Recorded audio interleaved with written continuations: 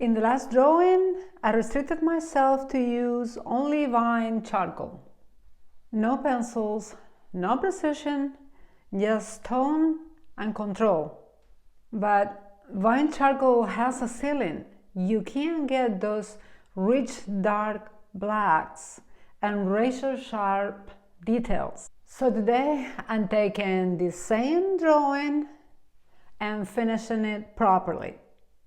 Darker blacks, sharper details, and way more dramatic. This changes everything.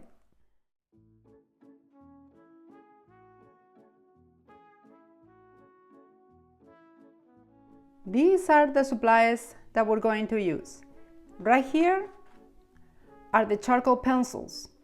All right, this is the extra soft, which we're gonna be using primarily, and this is the medium one. All right, we'll be using for the really hard details.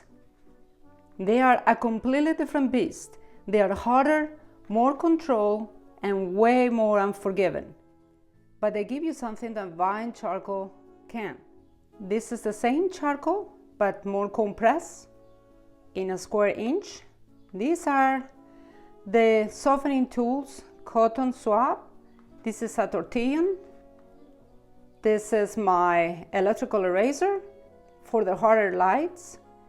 Mono zero eraser for small lights. And this is a little tiny one eraser, part of this big eraser right here, okay? And this is another small piece of this needle eraser right here. This is just a little brush, soft brush, for cleaning up some areas. So use right, this is where realism starts to pop. Before adding anything, I'm looking at what's missing. Right now it's soft, but it lacks depth. The focal points aren't sharp enough.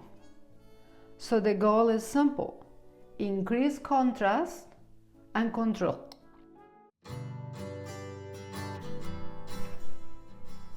I began working on the nose because that is the feature that comes the easiest to me, and it also what comes forwards first in the portrait.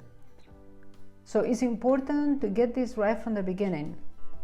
I darken the nostrils substantially and work my way around the shadow areas directly below.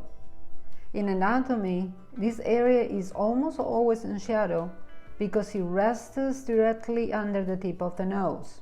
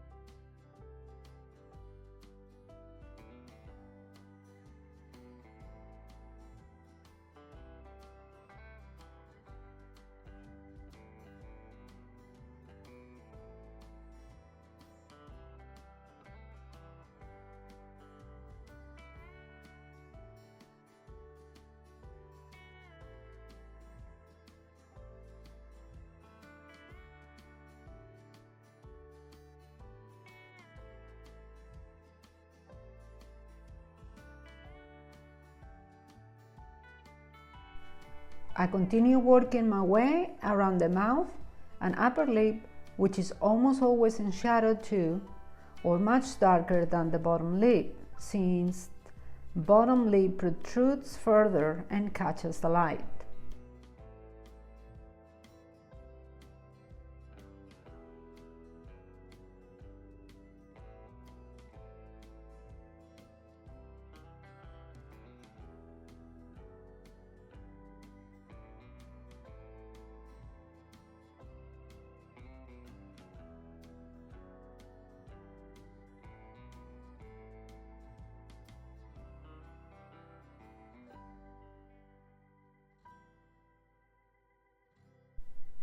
Then I move on to the right eye under the eyebrow, which is another area as dark as the nostrils. since the brow bone protrudes substantially, catching a big shadow underneath.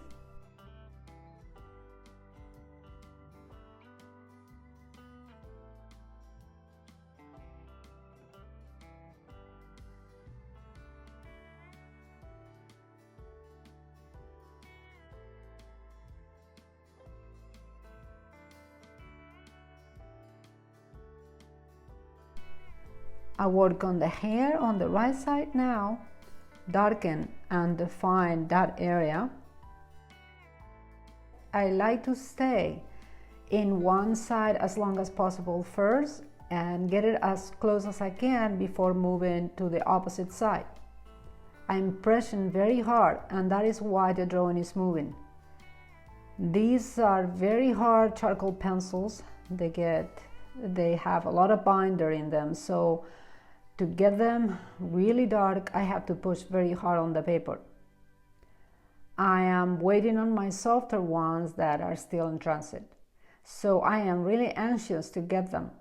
In the meantime, I'm enjoying the challenge to see how far I can push these ones.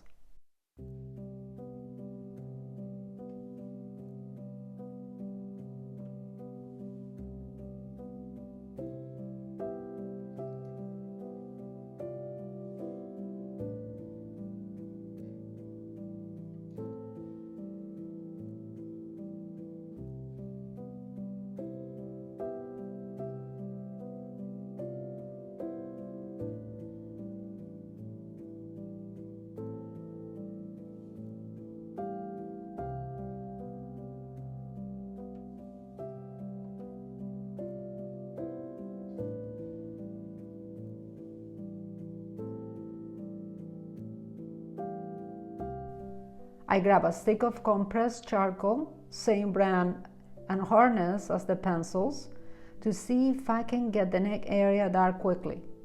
The pencils cover smaller areas at a time.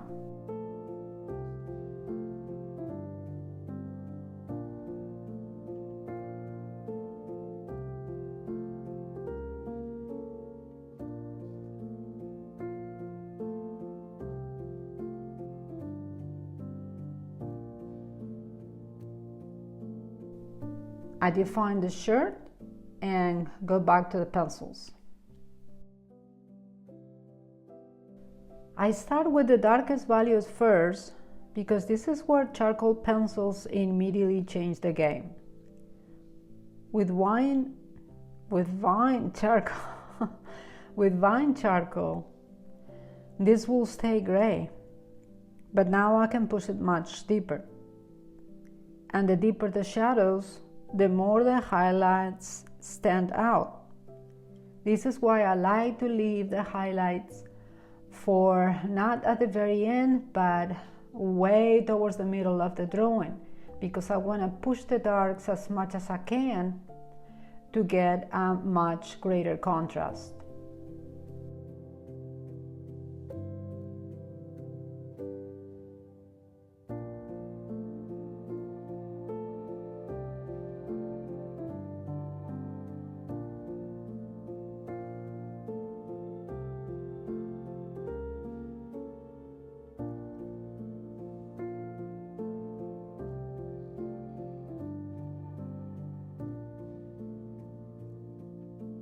I continue working again on the mouth and the nostrils, all the nose area, and basically the middle of the face, because these are going to be the focal point and where the eye naturally is going to want to go. So the sharper they are and the darkest they are, the easier it will be to be looked at first. And the trick would be to have a dance between the sharp areas and the soft and more diffuse areas, because if everything is sharp, then nothing stands out. So I'm going to have to be very selective here about where I want it to be a little bit loose and when I want it to be much sharper. I'm working now on the bridge of the nose, and that is a very sharp and protruding bone. Usually the older the person, the more this bone protrudes, and it's very important that you get it right and lighten that area, because that area is gonna catch the light since it comes forward. I define the eye some more, especially the iris, because it's going to be part of the focal point, or the triad in the face, the triad that is comprised of both eyes, the nose, and the eyebrows. So that area naturally is where I'm going to focus the most, but I have to be very careful here because he's an old man, which means I can't put any eyelash or any details in there to try to beautify it, because if I do that, then I'll ruin the effect. And I have to be very careful about how much detail I put. In this case, actually, it will be mostly just lights and darks. I'm focusing on shapes, not on individual elements like eyelashes, because you don't even see that, especially with the light that the subject is illuminated on. They say that time is a thief, but in drawing, time is a sculptor.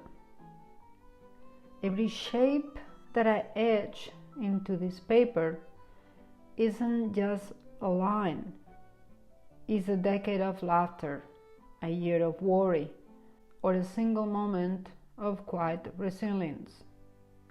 Charcoal truly is the perfect medium for this.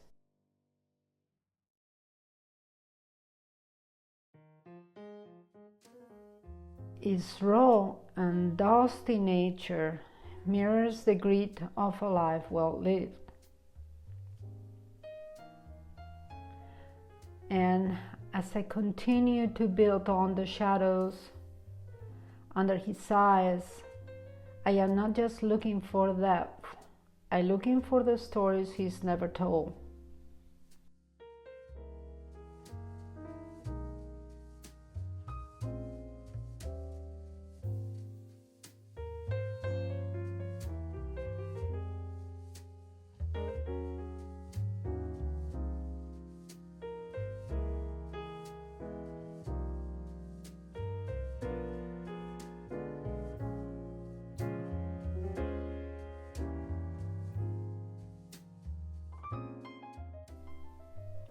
However possible, make sure that when you're drawing, you're not thinking of photography.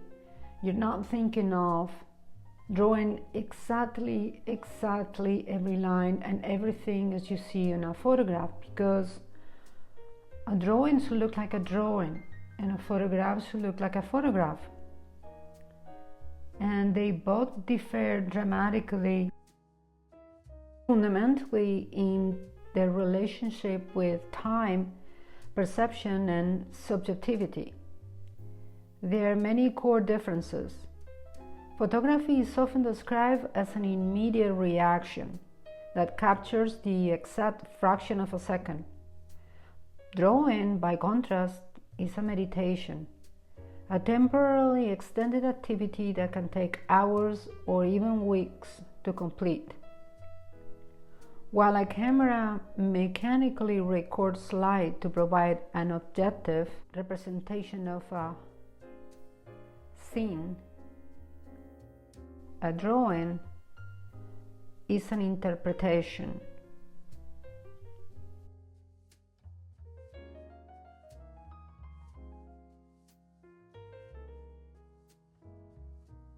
Every mark made by an artist is a deliberate choice that reflects their own personality, mood, and mental state.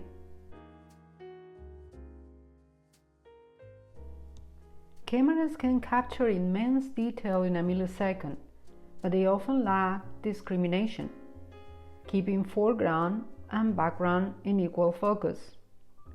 The human eye and the artist's hand can focus on specific areas of interest omitting distractions or exaggerating features to better convey a truth that a camera might miss. The idea that drawing captures the soul stems from the belief that it is an expression of humanity rather than a mechanical reproduction.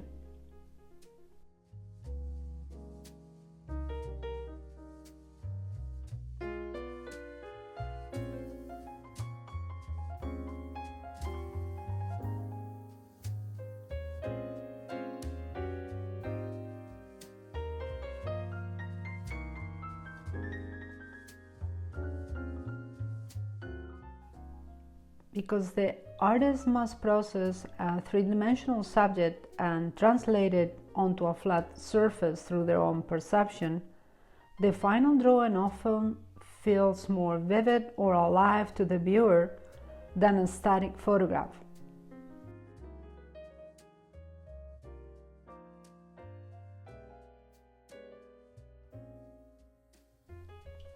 Using a photograph as a reference for a drawing is the best way to capture fine details while still injecting that soulful quality that you're looking for.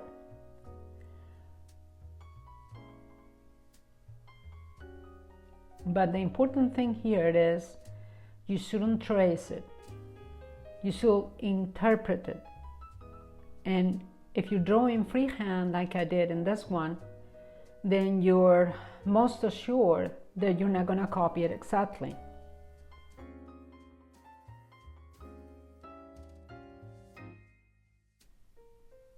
The important thing is that while the photo gives you the map, you are the one that needs to do the journey. And also, photographs are very often flawed because they flatten the features and blow out the highlights. You need to use your tools and your charcoal to add depth where the camera lost it. If the photo is too sharp, then soften the edges of your drawing to create a sense of atmosphere and breadth.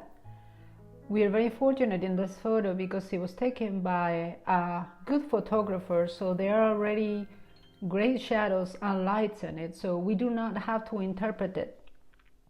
But most photos that we take or other people take are flawed, and then we need to fill up the gaps. Another thing is the selective focus. A camera sees everything. You should only see what matters. If you're drawing an old man, emphasize the character lines around the eyes, for example, but then let the shirt or the background fade, as we're doing here. We're basically making up the shirt. And let it fade into a blur.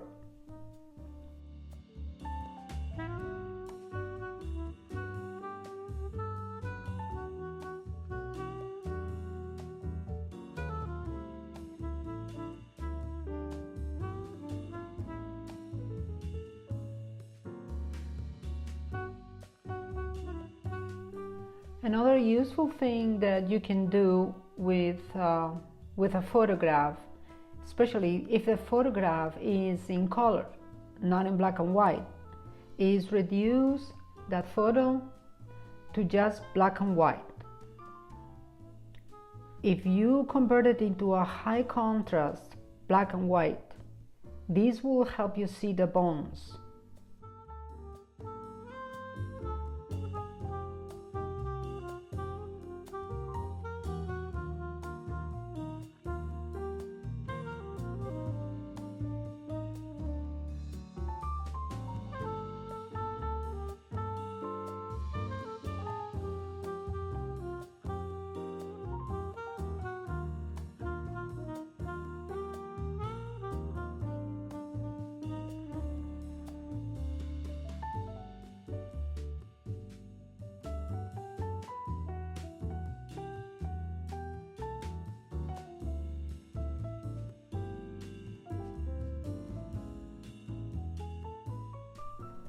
One of the best advices that I could give you is to keep moving.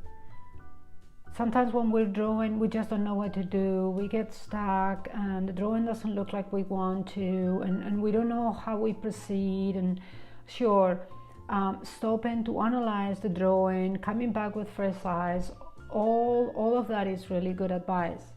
But also to keep moving, because drawing is life, it's the same thing, and movement creates and produces information. When you're unsure about what to do, just do anything. Work on the background and work on the share. Just keep trusting in the process that will give you the answer. We need to begin before we think we're ready. We're never going to be ready to do anything, ever. It doesn't matter. Drawing is life. We need to begin before we think we're ready. And luck really favors the bold. Just get the pencil on the paper, just get the charcoal moving, and just trust the process. Even if you're doing the wrong thing, even if you're making mistakes, those mistakes will give you the information that you need about what you should actually be doing. If you realize the nose is too big, well, guess what? That gave you the information. You need to make it smaller. But if you don't do anything, you get paralyzed, then you get no information whatsoever.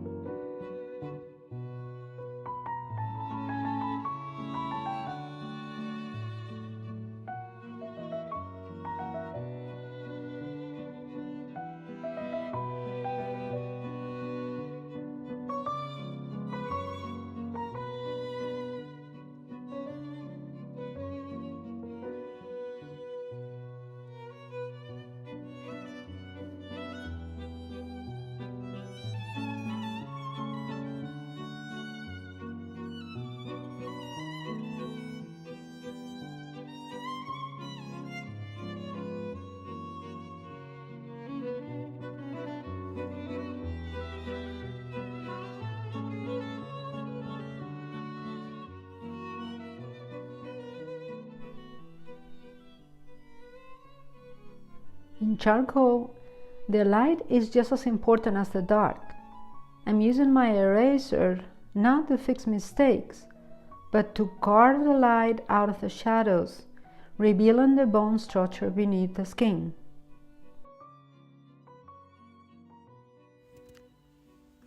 You can see how I forgot to use my cane and I smoked the background with my finger. And that shows you how volatile vine charcoal is. If you touch it, it disappears. So make sure that you have a moss stick or your cane at all times on top of your easel, or your drawing will be disappearing as you go.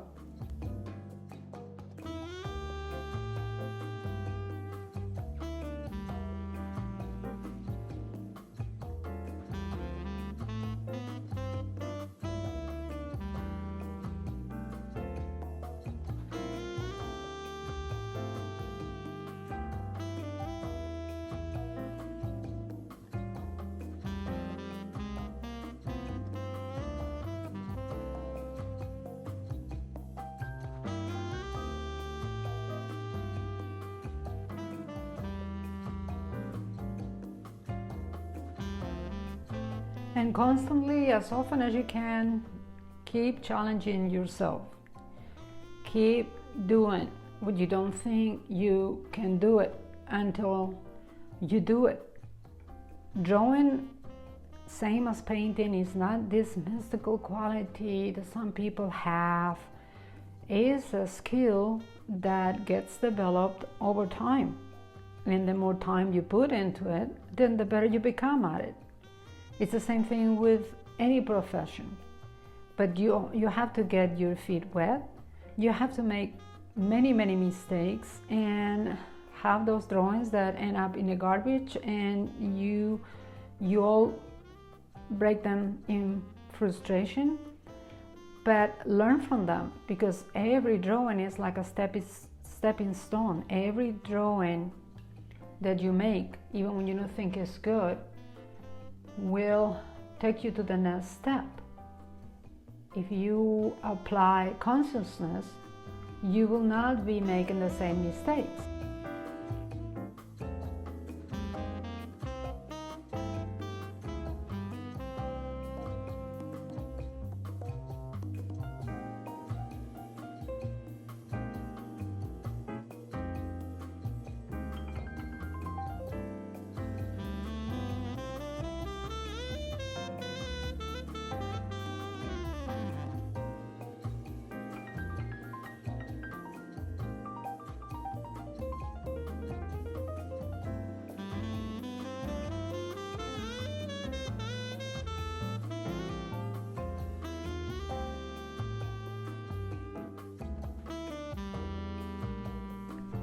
I actually think it was Einstein who said that insanity is making the same mistake over and over and expecting different results.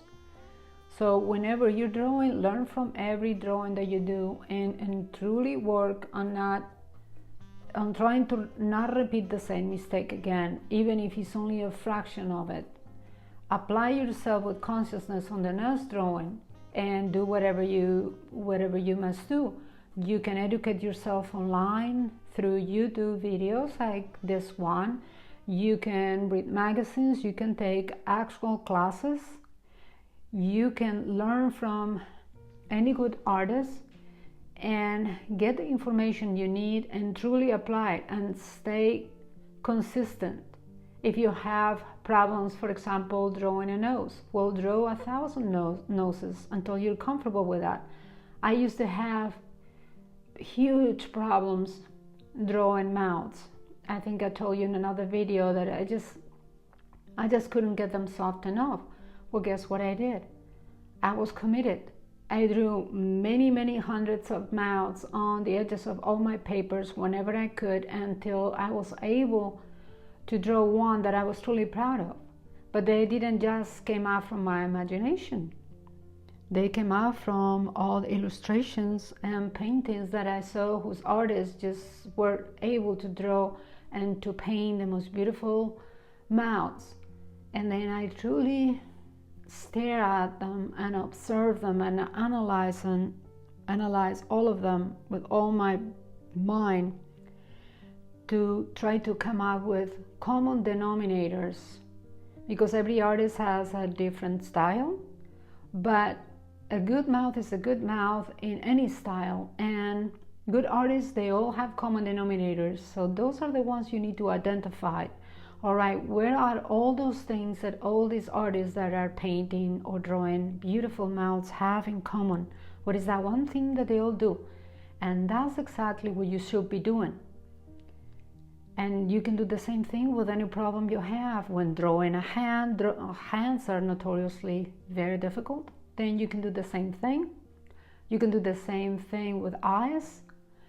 Any feature or anything at all that you have problems, just keep repeating it and learn by observation, and then apply relentlessly what you learn.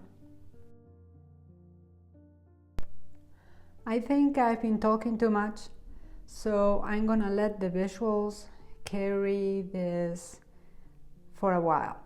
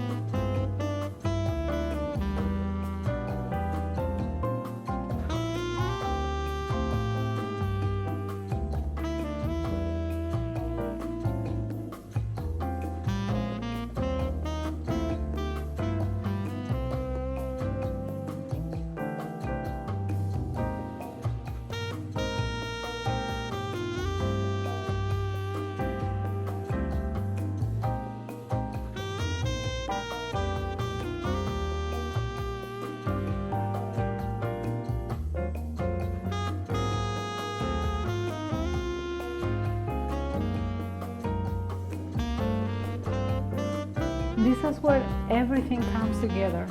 I'm pushing the contrast, I'm tightening the edges, and I am cleaning the transitions. And suddenly it starts to feel real.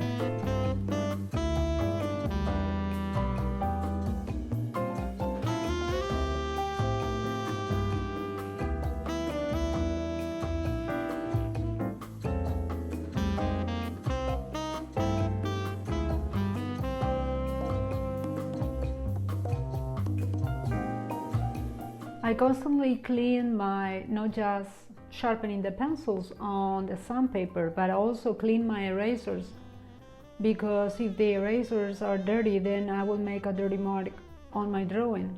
So I have to be very diligent to keep them sharp and clean at all times.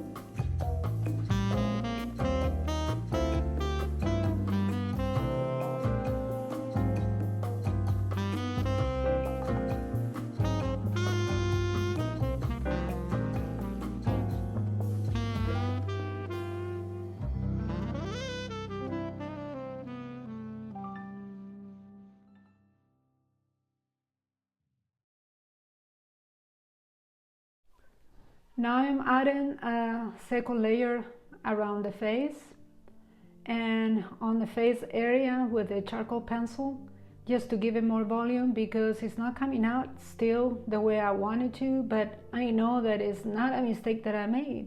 It's just a process, and it's different when you're drawing. It's the same thing as when you're cooking. Any recipe, it has different layers. You have to get the garlic fried first and put down the onions, and you have to have that prepared. In Spain or Spanish it's called a sofrito. You have to make it good before you add it to any recipe. So the same thing in drawing, you have to have all those layers in it for it to start coming out. So keep moving the pencil and keep adding more and more and more and more lights and more darks, because every layer will give you the information and will tell you what the next layer needs. And it can be very tiresome, but doing the first drawing in vine charcoal like we did is very useful here, because that way you work out all of your problems already and nothing is permanent. You can see, you can blow it out and it will go away. So you're not committed. And once you see with vine charcoal and you really like what you have, then you know it's ready for the hardcore pencils. And you don't have to worry, well, is it going to turn out? I don't know about the drawing. I don't know if it's going to look good. Well, it will look good if your vine charcoal drawing looks good. Then your final charcoal with the pencils will look even better. You just have to give it time and keep adding layers and layers of darkness to it.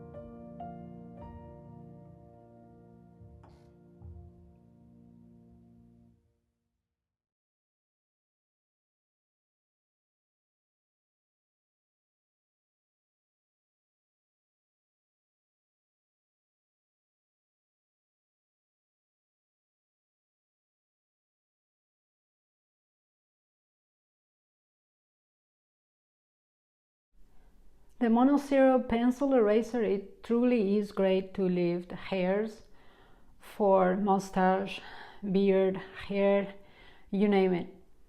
I haven't found any tool that would do a better job than that one, and I often cut the tip of it with a razor blade just to get a nice clean edge.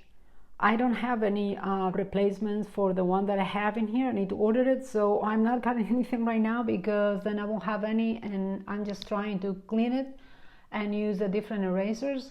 But I strongly advise you to get this tool because you will fall in love with it.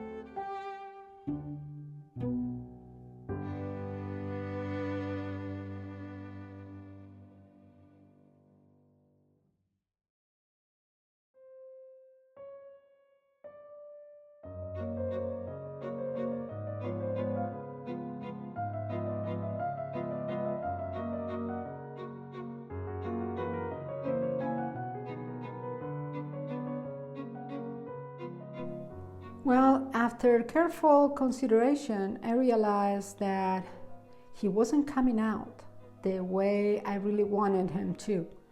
So I decided that the best course of action was probably going to be darken the background as much as possible.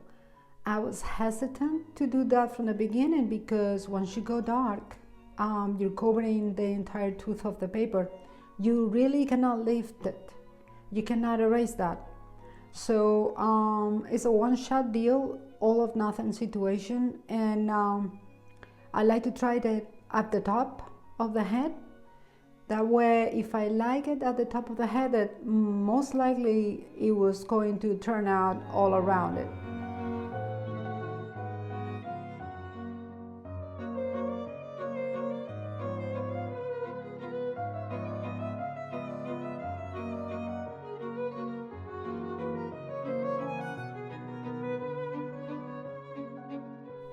Believe it or not, when I was done with this, with the background, my right shoulder was killing me because I had to lift it and hold it and press so hard that I had some pain in it.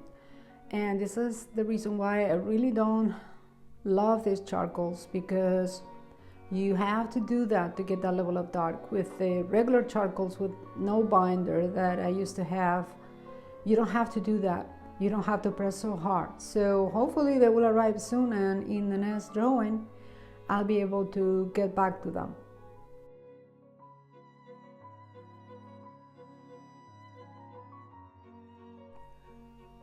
One of the major things that I'm taking away from using the pencils on this drawing is I was able to get a much better likeness of the subject. Vine charcoals are really very limited because you can't do any fine details, and it is in those fine details where likeness is found. So let me know if you share this opinion with me.